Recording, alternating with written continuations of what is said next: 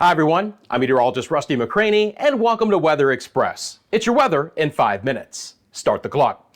Friends, we continue to see impressive thunderstorms developing in portions of the Intermountain West, moving through the plains and into the western Great Lakes, and this heat dome is another huge story. From the central plains to the southeast, many air temperatures today were at or above 100 degrees.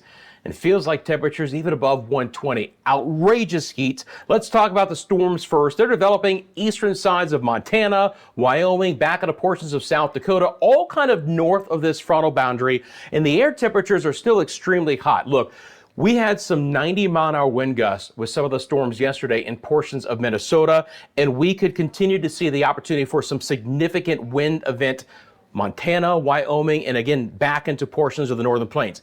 Anywhere that you see red, those are going to be severe thunderstorm warnings. The main threats, again, are going to be winds today of up to 80 miles an hour in this area. I do have a couple of severe thunderstorm watches to talk about. The one in Montana and in Wyoming, that includes Billings and the Cody areas, are for wind gusts of 80 miles an hour and some near baseball-sized hail. So ping pong to baseball-sized hail, destructive winds up to 80 miles an hour. There's not a huge tornado risk for today. These are all going to be straight-line winds. South Dakota, northern Nebraska, winds of up to 70 miles an hour there. So massive thunderstorms through the remainder of the late afternoon and into the evening hours. An extremely hot day in the Northeast. Boston, 97 degrees for today. Lower 90s in New York City. Philadelphia hit 97. And again, I wish I could say that's just isolated, but look at the temperatures in the plains and into the southeast. Now, of course, this time of the year, you get your generalized thunderstorms developing, and they're going pretty rowdy right now.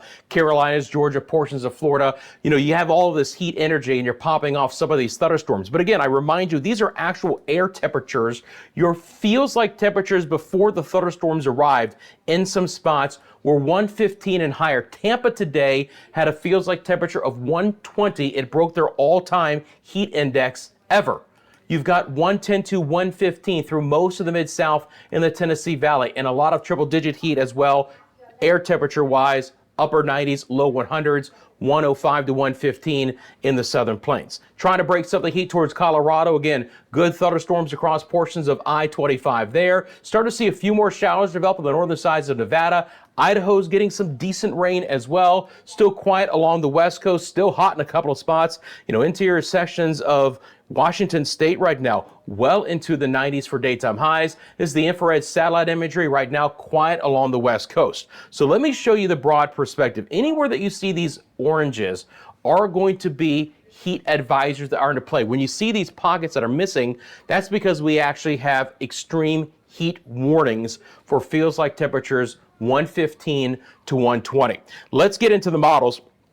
First thing I want to look at, by the way, real quickly, is where we could have some excessive rain. So here, back down into New Mexico, portions of the southeast. When we also look at the local storm reports, again, you're going to see some hail there, one tornado report in North Dakota, and some wind damage in the southeast as well with those thunderstorms that are firing up. Okay, now let me show you the models. We're going to bring up the HER model, the high resolution rapid refresh.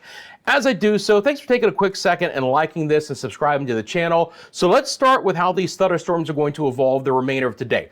Big cluster again, South Dakota, Nebraska, portions of Iowa, western Great Lakes, northern sides of the Midwest, so Milwaukee, Chicagoland area. These will eventually move into the southern sides of Michigan towards Detroit, across the Ohio Valley, where Indianapolis and Columbus towards Pittsburgh could get some heavier storms on your Wednesday, and then pull east on Thursday to include portions of Philadelphia and New York City and Boston as well. Still expecting the generalized thunderstorm, non-severe risk for organized severe storms in the southeast, but some healthy downpours with the heat. We are going to get better rain opportunities here. Still some flooding rains possible in New Mexico over the next couple of days, but spreading back into portions of Kansas, Oklahoma, and the northern sides of Texas. But this is still going to be your main threat for severe weather as we get into Wednesday and Thursday. These storms here in the central plains through the upper Midwest and the portions of the southern Great Lakes. Look for a few scattered showers here in the Intermountain West, back towards Washington and Oregon. Some of that rain could be on the heavier side towards Bend, Oregon, no doubt about it. So when we take a look at the overall risk for severe thunderstorms for your Wednesday,